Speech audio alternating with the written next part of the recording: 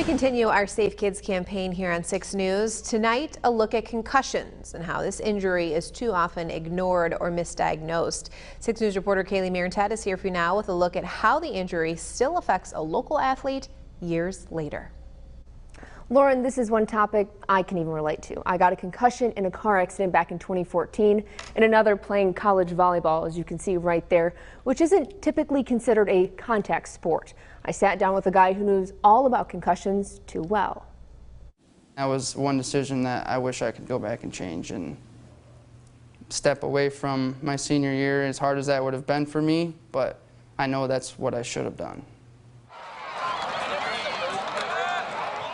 Jake Johnson loves football and has since second grade, a gifted athlete, and started quarterback for DeWitt High School for 3 years. The teammates and Friday Night Lights, and it's honestly one of the best memories of my life so far. But with the lights and touchdowns came hard hits. And as soon as I turned to the right to throw the ball, I got hit right underneath my chin. And that was the hardest I've ever been hit by far, and immediately I had no idea what was going on. I didn't want to miss a snap, let alone miss a game, so I just, yep, I'm fine, I'm fine. But he wasn't fine, and then he got hit again. I just lost consciousness for a little bit, and I remember my trainer coming out and asking me what's wrong, and I couldn't talk.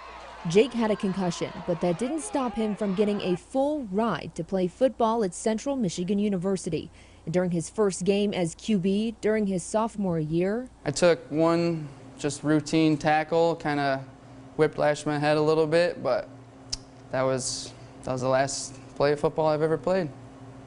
Basically, I was forced to sign a piece of paper that said, "Jake Johnson, you can never play football at Central Michigan again." How did you feel when you were told that you could never play again? It was the worst day of my life by far. I still remember him telling me that with my parents and stuff, and I mean, I worked so hard, and that was my dream ever since a little kid, and I finally got there and realized I can do this, and I'm gonna do this. And right when things seemed like they were going really well, it just ripped out from underneath me, and my life did a complete 180. Jake was diagnosed with 3 concussions during his entire football career, but he says he probably had more.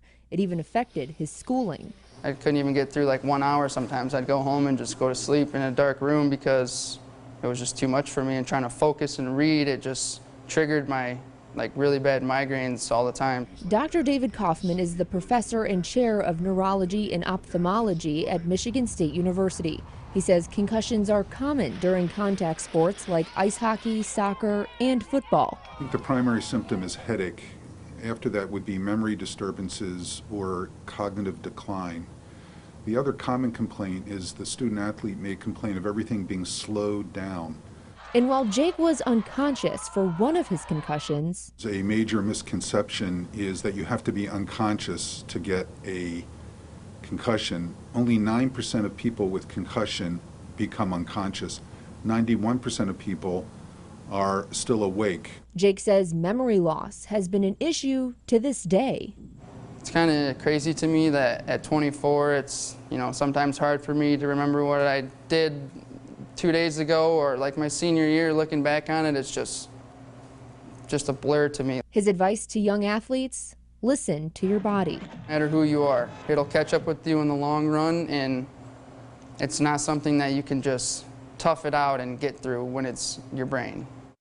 Concussions can happen off the field too, falling off your bike or just hitting your head too hard. If you're concerned about a possible concussion, you can use something called the SCAT-5 test. It's the international outline for checking someone for a concussion. We have a link on our website at WLNS.com.